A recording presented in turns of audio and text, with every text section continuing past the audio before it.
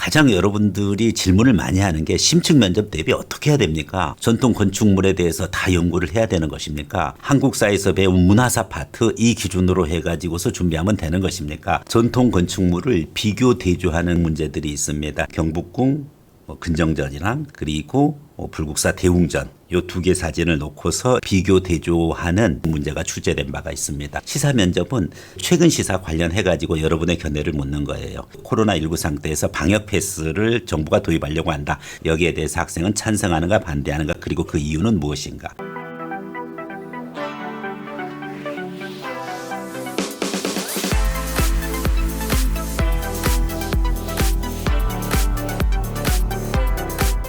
한국전통문화대학교 한전문 면접에 대해서 오늘 안내 말씀드리겠습니다. 여러 학과들이 있는데 그중에서 전통건축학과 면접에 대해서 여러분에게 전달하도록 하겠습니다. 저는 스토리플러스에서 주로 특수목적대 한전문 한해종 이와 같은 예술 또 건축 관련되는 학과에 대해서 여러분과 같이 해왔습니다. 2023학년도 우선선발 심층 면접고사 안내가 한전문에서 이미 공지를 했습니다. 1차 합격한 수험생들 축하드립니다. 지금서부터 여러분들은 이제 2차 면접고사 시험이 여러분을 기다리고 있습니다. 1단계 발표한 후에 약간의 여유는 있습니다. 8월 18일 날 세부 일정이 공개가 되는데 이틀이 있잖아요. 면접이 8월 24일, 25일 이틀 보통 주는데 그중에서 하루에 자기가 면접을 보게 됩니다. 이틀 동안 보는 것이 아니라 하루 자기가 해당하는 날에 가서 보게 됩니다. 그래서 첫째 날 보는 학생이 있고 둘째 날 보는 학생이 있습니다. 면접 문제는 좀 유사해요. 유사한데 그렇다고 해서 전날 보는 게 뭐 유리하고 불리하고 그런 건 없습니다. 앞에 문제를 안다고 해서 특별하게 뒤에 면접 보는 학생이 유리하거나 그런 거 없기 때문에 인터넷에서 돌아다니는 정보에 현혹되지 말고 자기 중심으로 준비하는 것이 무엇보다도 중요합니다. 관련한 준비물 부분 걸 잘 챙겨주면 되겠습니다. 그렇다라고 하면은 여러분들이 궁금한 거 한전문 면접 과연 어떤 내용으로 출제가 되고 그리고 또 어떻게 준비해야 되느냐 이 부분에 대해서 많이 궁금해할 것입니다. 그래서 한전문 전통건축학과 기준으로 면접 문항 출제 경향에 대해서 여러분들에게 전달하면은 이 기준으로 기준 삼아서 준비를 하고 그 내용 자체가 무엇이 출제됐다 이런 부분 것은 중요하지 않습니다. 오히려 참고를 하고 내가 모의 면접을 통해서 반드시 그것을 소화할 수 있는 그런 능력이 무엇보다도 중요합니다. 한전문은 세 가지 면접으로 나누어집니다. 첫 번째가 인성 면접이고 그리고 심층 면접이 있습니다. 그리고 시사 면접이 있어요. 세 가지 캐터고리 분류를 한다고 하면은 인성 면접 그리고 심층 면접 그리고 최근 시사 면접 이와 같은 구성으로 되어 있는데 대개 인성 면접은 2개 문항 나오고요. 심층 면접도 2문항 정도 나옵니다. 그리고 시사 면접은 1문항 정도 이와 같이 매년 비슷하게 구성이 돼서 면접이 이루어지고 물론 해당하는 부분 거에 대한 추가 질문이라든지 이런 부분 것은 얼마든지 가능한 부분이죠. 우선적으로 여러분들이 가장 기본적으로 인성 면접이 잘 풀려야 돼요. 인성 면접을 어떻게 보면은 한전문 면접의 시작과 끝에 해당하는 것입니다. 시작할 때도 인성 면접으로 시작하고 끝날 때도 인성 면접으로 일반적으로 끝나는 거고 그 사이에 심층 면접이라든지 또 시사 면접이 들어가게끔 되어 있습니다. 그래서 처음 시작할 때는 주로 지원 동기라든지 전통 건축학과 학과 선택 동기를 물어봅니다. 일반적으로 다른 학과 또 다른 학교에서도 비슷하게 물어보는 내용들이죠. 네, 한전문 전통 건축학과를 선택한 동기에 대해서 얘기해 주세요. 또는 한전문 전통 건축학과 지원한 이유는 무엇인지 얘기해 주세요. 이와 같은 식으로 첫 번째 문항이 일반적으로 지원 동기, 학과 선택 동기 부분 것이 이루어지고 그 다음에 심층 면접이니 시사 면접들이 본격적으로 이루어집니다. 그리고 이제 마지막에 가서 만약에 우리 한전문에 합격을 한다라고 하면은 어떤 학업 계획을 갖고 있는지 구체적인 학업 계획 얘기해 보세요. 이와 같은 구조로 인성 면접의 내용들이 구성됩니다. 인성 면접의 문항 자체가 공개되어지고 이런 내용들 비슷한 내용들로 매년 출제가 되어지는데 이것의 어떤 출제가 이 방향을 안다라고 해가지고서 절대 유리하고 이걸 몰랐다고 해서 뭐 많이 불리하냐 그게 아니죠. 기본적으로 갖춰야 될 내용들이죠. 그래서 지원 동기는 60초 정도 보통 이제 90초 정도 준비하는 학생들도 있어요. 시간을 한정하는 경우도 있습니다. 60초 이내로 얘기해 주세요 하면은 60초 이내로 답변하는 것이 좋습니다. 그래서 일단 90초 모드 하나 준비해 놓고 그리고 60초 모드로 준비를 하는데 특히 한전문은 좀 독특한 대학이기 때문에 이 전통 건축학과 관련해 가지고서 원래서부터 이 분야를 가지고 있던 학생은 지원 동기를 스토리텔링 방식으로 준비를 해가면은 좋습니다. 그래서 지원 동기를 이야기할 때 처음에 미래 전통 건축 관련한 전문가로서의 자신의 관련한 계기가 있으면 그 계기 그리고 그 계기를 발전시켜 가지고서 진로를 확정하고 그리고 지금까지 해왔던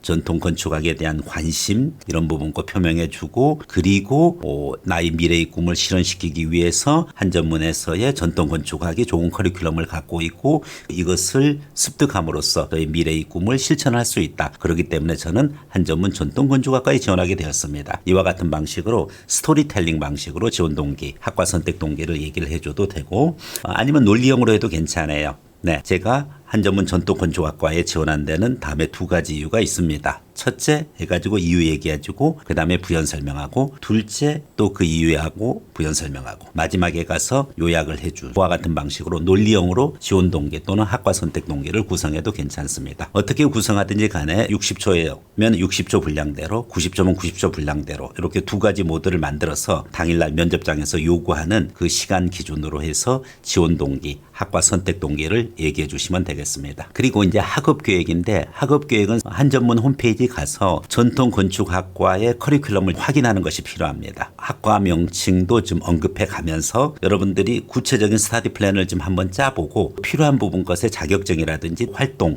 이런 것까지 포함해 가지고 학업 계획에 내야 됩니다. 학업 계획이라고 해서 무조건 공부만 한다는 그런 쪽은 아닙니다. 4년 동안의 캠퍼스 생활 계획, 캠퍼스 플랜 이제 스터디 플랜을 작성을 해주면 되겠습니다. 일반 건축학과 중에서 일부 대학들은 5년제 학기가 있죠. 그만큼 건축학에서는 많은 학업 내용이 들어가는 만큼 여러분들이 구체적인 학업 계획을 갖고 있는지가 매우 중요합니다. 그래서 이 부분 것도 역시 준비를 해주고 일반적으로 지원 동기, 학과 선택 동기는 맨 처음에 물어보고 학업 계획은 마지막에 물어보는 그런 경향이 있습니다. 인성 면접을 그 정도로 여러분들이 준비를 해주면 되고요. 가장 여러분들이 질문을 많이 하는 게 심층 면접 대비 어떻게 해야 됩니까? 전통 건축물에 대해서 다 연구를 해야 되는 것입니까? 한국사에서 배운 문화사 파트 이 기준으로 해가지고서 준비하면 되는 것입니까? 뭐 다양한 질문들을 합니다. 그렇지만은 사실은 여러분들이 아직 전통 건축학을 전공한 것도 아닌데 또 수능 준비 또 교과 내신 여태까지 하느라고 고생을 했는데 언제 여러분들이 전통 건축물에 대해서 연구하고 또 그 부분 것에 대해서 대비할 수 있었겠어요. 쉽지 않은 부분들이죠. 그렇게 준비 수준이 깊이 있어야 되느냐? 사실 그럴 필요도 없어요. 어느 정도 문제에 대한 내용들을 확인을 하고 거기에 대한 잠재적인 역량을 묻는 거지 어차피 한전문 와서 배울 내용인데 그 배울 내용의 세부적인 것을 물어보지는 않아요. 그렇기 때문에 인성 면접에 이어서 두 번째 있는 심층 면접 부분 것은 일반적으로 출제하는 그 수준 자체가 어떤 지식을 물어보는 것이 아닙니다. 전통 건축물을 비교 대조하는 문제들이 있습니다. 전통 건축물 보통 두 개 정도 제시를 해줘요. 예를 들어서 예전 기출문제 같은 경우에는 경복궁 근정전이랑 그리고 불국사 대웅전 요 두 개 사진을 놓고서 비교 대조하는 문제가 출제된 바가 있습니다. 비교는 공통점을 찾는 거고 대조는 차이점을 찾는 거죠. 경복궁 근정전과 그리고 불국사 대웅전의 공통점과 차이점을 답변할 수 있으면 되는데 사실은 그 사진을 제시를 해주기 때문에 이것을 미리 공부하거나 뭐 그럴 필요는 없어요. 주어진 시간에 여러분들이 그것을 보고 자신만의 공통점, 자신만의 차이점을 찾아내면 되는 거예요. 예를 들어서 경복궁 근정전과 불국사 대웅전에 있어서 전문적인 건축가적인 식견이 필요한 것이 아니라 여러분이 보고 느끼는 거 이것을 기준으로 공통점을 찾아내면 되는 거죠. 여러분 용어로 편안하게 처마의 끝이 올라가서 전통적인 한국 기와의 양식을 가지고 있다. 이것은 공통점이 되겠죠. 그리고 일반적인 기단 위에 저 지상으로부터 기단을 먼저 세우고 그 기단 위에 건축물이 세워져 있다. 이런 것들은 불국사 대웅전이나 경복궁 근정전이나 동일한 기능을 하고 있고 공통점이라고 볼 수 있겠죠. 차이점도 여러분들이 얼마든지 발견할 수가 있습니다. 그래서 그 차이점 부분 것을 이야기할 때 경복궁 근정전은 기단이 2단 구조 중간에 층계참이 있고 2단 구조로 되어 있고 불국사 대웅전은 1단 구조로 되어 있다. 그래서 단의 차이가 있다라든지 그리고 또 근정전은 지붕 기와가 2단 구조로 되어 있는데 반해서 불국사 대웅전은 일단 단층과 같은 기와로 되어져 있다. 이런 차이점도 얼마든지 얘기할 수가 있겠죠. 그리고 그 외에 근정전은 사실은 층계참이 있고 계단이 상공에서 봤을 때 굉장히 넓고 그 높이는 굉장히 낮죠. 이것은 굉장히 왕실의 권위를 상징하는 그런 측면인 것에 비해서 불국사 대웅전은 대웅전으로 올라가는 그 계단 자체가 굉장히 좁고 그리고 상공에서 봤을 때 그렇게 넓지가 않습니다. 그만큼 당시 불국사는 이 대중불교요. 그만큼 접근성이 그렇게 권위를 상징하는 것이 아니라 일반인들이 가서 생활불교로서의 역할을 할 수 있었다. 이런 부분 것을 가지고서 얼마든지 다양하게 이야기해 줄 수가 있습니다. 그렇기 때문에 전통 건축물에 대해서 하나하나 세부적으로 공부할 필요는 없습니다. 다만 직관적으로 여러분들이 봤었을 때 공통점과 차이점을 찾아낼 수 있어야 되는데 약간의 순발력이 좀 필요한 부분이고 이런 부분 것은 모의 면접을 통해 가지고서 연습을 해 놓는 것이 가장 효과적입니다. 사실은 여러분이 생각하고 또 여러분이 공부했던 그런 내용들이 꼭 출제가 되는 것이 아니기 때문이죠. 어떤 문제가 출제되더라도 건축의 구조물 기준으로 해서 공통점과 차이점 이 부분 것을 찾아낼 수 있으면은 훌륭한 면접 대비가 될 수 있습니다. 그 다음에 이제 또 다른 출제 경향이 전통 건축 자재의 기능 부분 건데 예를 들어서 그 숭례문이라든지 아니면은 또 이 개성의 남대문이라든지 이런 건축물 가지고서 물론 위에 비교 대조도 할 수 있습니다만은 특정 건축물 사진 하나를 가지고서 그 건축에 쓰이는 건축 자재 또는 건축 부재 이것의 기능이 무엇이냐 이제 이런 부분들 이렇게 질문하는 경향이 있습니다. 사실 이제 건축 자재가 갖는 이제 그런 부분 거 이제 주 자재가 있고 부자재가 있죠. 주 자재 기둥이라든지 지붕이라든지 상량이라든지 이런 부분 것의 기능은 그 주로 그 건축물을 떠받치는 기능, 즉 건축물의 핵심적인 그 기능을 할 수가 있는데 예를 들어서 뭐 부자재라든지 이런 자재들의 기능은 건축 자체를 떠받치는 것이 아니라 다른 기능들이 있을 수가 있죠.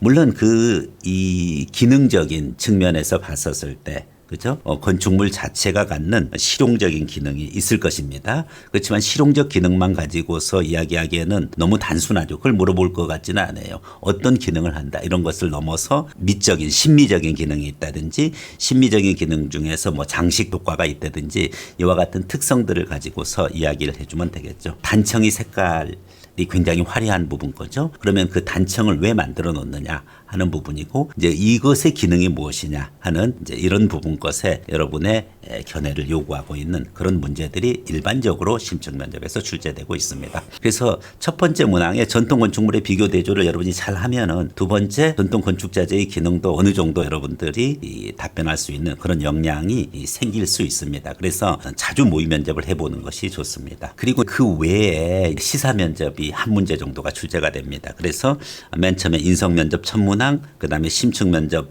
첫 문항, 심층 면접 두 번째 문항, 그리고 시사 면접 한 문항. 그리고 마지막에 가서 다시 인성 면접 한 문항 이와 같은 구조로 출제가 되는데 시사 면접은 최근 시사 관련해 가지고 여러분의 견해를 묻는 거예요. 예전에 기출 문제 같은 경우는 코로나19 상태에서 방역 패스를 정부가 도입하려고 한다. 여기에 대해서 학생은 찬성하는가 반대하는가 그리고 그 이유는 무엇인가. 이 정도의 내용들이었죠. 그러면 당해년도 기준으로 여러분들이 면접을 치르는 그때 가장 커다란 이슈는 무엇이냐. 가장 커다란 사회 문제는 무엇이냐. 여기에 대한 여러분의 견해를 정리를 해놓으면 되는 거예요. 역시 모의 면접을 많이 해보는 것이 가장 좋습니다. 이 한전문 면접의 출제 경향을 보면은 전반적으로 세 가지 유형 바로 인성문항 그리고 심층문항 그리고 시사문항 이렇게 구성되어져 있다는 것을 알 수가 있습니다. 한전문 면접에 대해서 스토리 플러스에서는 그간 계속 모의 면접을 해왔습니다. 1차 합격을 한 후에 준비를 해도 충분한 시간이 되기 때문에 미리 1단계 원서 넣고 면접부터 고민하는데 그럴 필요 없습니다. 1단계 합격하고 나서 준비해도 여러분들이 충분히 준비할 수 있는 시간적 여유가 있고 스토리 플러스에서는 이와 관련해 가지고 한전문 모의 면접 특강을 마련해 놓고 있는 만큼 모의 면접을 몇 번 해보면은 충분히 가서 답변을 잘할 수 있는 그런 역량을 키워갈 것입니다. 한전문 아직 알려지지 않는 바로 가공 안 된 다이아몬드와 같은 그런 대학입니다. 러프 다이아몬드죠. 그래서 여러분들이 녹한 만큼 합격을 해서 미래 한국 전통 건축학을 이끌 그와 같은 훌륭한 인재로 성장하기를 기대합니다. 이상으로 스토리 플러스에서 전달했습니다. 감사합니다.